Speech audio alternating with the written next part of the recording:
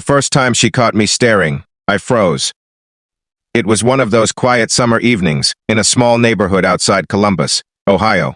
The sun was setting behind rows of maple trees, painting everything in shades of gold and orange. I was standing by my kitchen window, holding a cup of coffee that had long gone cold, watching the woman who lived across the yard. She wasn't doing anything unusual. She was simply sitting on her porch swing, reading a book while her golden retriever slept beside her. Yet there was something about her peaceful life that pulled my attention every evening. Then suddenly she looked up. Our eyes met. For a brief second, neither of us moved. My heart nearly stopped. I quickly stepped away from the window, embarrassed and ashamed. I felt like I'd been caught doing something wrong. But what happened 3 days later would change my life forever.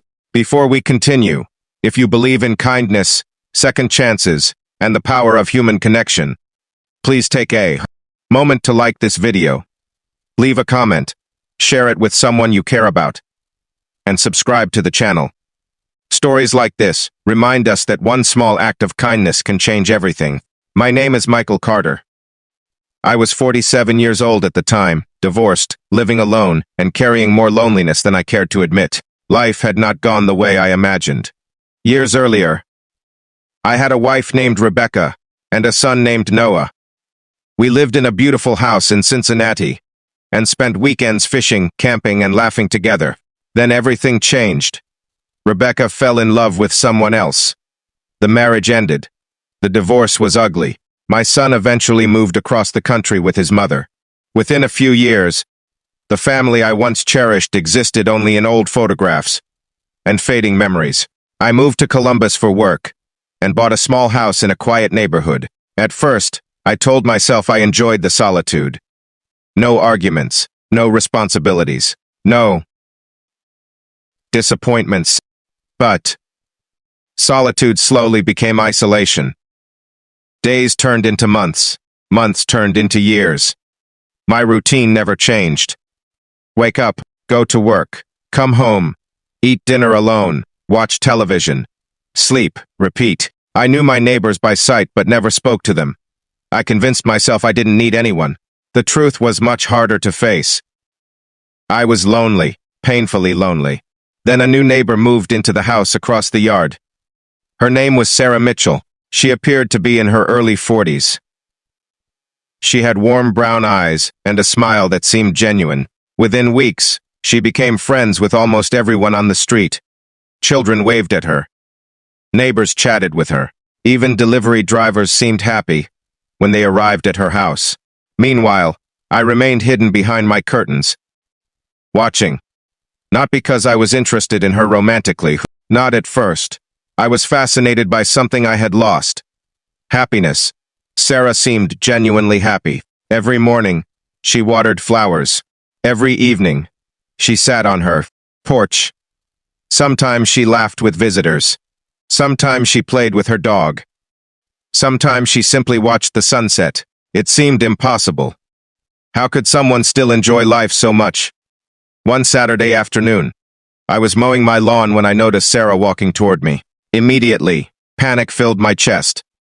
I wasn't used to conversations anymore. I lowered the mower and pretended to check something.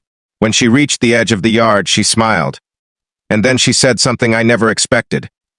She told me she had noticed me watching from my window almost every evening. I felt my face burn with embarrassment. I started apologizing. I explained that I wasn't trying to be creepy. I wasn't spying. I stopped speaking because I didn't know how to explain it. Then Sarah surprised me again. She said she knew.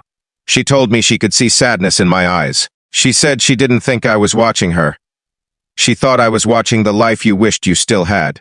Those words hit me harder than anything I had heard in years. No one had ever described my feelings so accurately. Not even me. For a moment, I couldn't speak. Then Sarah did something even more unexpected. She invited me to join a neighborhood barbecue, happening the following weekend. My first instinct was to refuse. I always refused invitations. It was easier, safer. But before leaving, she looked at me and said that loneliness becomes heavier when carried alone. Then she smiled and walked away. For the rest of the week, her words stayed in my mind. Loneliness becomes heavier when carried alone. Saturday arrived.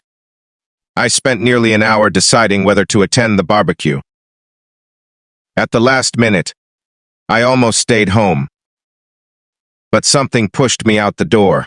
Maybe curiosity, maybe hope, maybe desperation. When I arrived, I felt completely out of place. Families laughed together. Children ran across the grass. Neighbors shared stories. I stood alone near a fence, wishing I could disappear. Then Sarah appeared beside me. Without making a big deal about it, she introduced me to everyone. Slowly, conversations began. People asked about my work, my hobbies, my life. To my surprise, they actually listened. That evening, I laughed for the first time in months. Real laughter, not the forced kind. The genuine kind that comes from feeling connected. As summer passed, things slowly changed. I started spending more time outside. I learned neighbors' names. I attended community events. Sometimes Sarah and I would sit on opposite porches and talk as the sun disappeared behind the trees. One evening, she finally shared her own story. It turned out her life wasn't as perfect as I imagined. 5 years earlier, her husband Matthew had died unexpectedly from a heart condition. She had been devastated. For months, she barely left her house. She pushed people away. She stopped living. Until one neighbor knocked on her door and refused to let her suffer alone. That single act of kindness had saved her. Now she was simply passing that kindness forward. Listening to her story changed something inside me. I realized everyone carries invisible pain. The people who seem strongest often have the deepest scars. Months later, another unexpected event happened. I received a phone call from my son, Noah. We hadn't spoken properly in nearly 3 years. At first, the conversation felt awkward, but somehow it lasted over an hour. Then another call came the following week, and another after that. Eventually, I told him about my new neighborhood friends. I told him about Sarah. I told him how my life was changing. One day Noah admitted something. He said hearing happiness in my voice made him want to reconnect. That sentence brought tears to my eyes. For years I believed I had lost everything. Yet somehow life was giving me another chance. Not a chance to relive the past, but a chance to build a better future. The following Christmas, something remarkable happened. The neighborhood organized a holiday gathering. Every house contributed food. Lights covered the street. Music filled the cold evening air.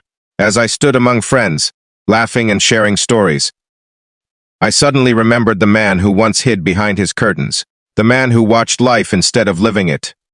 The difference between that man and the person I had become came down to one moment, one conversation. One neighbor willing to notice someone else's pain. Before we reach the ending, I have a special request. Please comment below. Kindness changes lives. If you believe one act of compassion can completely transform someone's future. That night, standing beneath Christmas lights with snow gently falling around us, I thanked Sarah for everything she had done. She smiled and reminded me that she hadn't changed my life. She had only opened a door. I was the one who chose to walk through it. Years later, I still think about those words. Sometimes we believe we're invisible. Sometimes we think no one notices our struggles. Sometimes we become trapped behind walls built from grief, disappointment, and loneliness. But often, all it takes is one person willing to reach across those walls. One kind word. One invitation. One moment of understanding. My neighbor caught me watching from across the yard. I expected judgment. I expected embarrassment. Instead, she gave me something I hadn't felt in years. Hope. And hope became friendship. Friendship became healing. Healing became a new life. If this story touched your heart, please like the video. Share it with someone who may need encouragement today. Leave a comment and subscribe to the channel. Your support helps us continue sharing stories that remind people they are never truly alone. Because somewhere, someone may be waiting for a single act of kindness to change their life forever.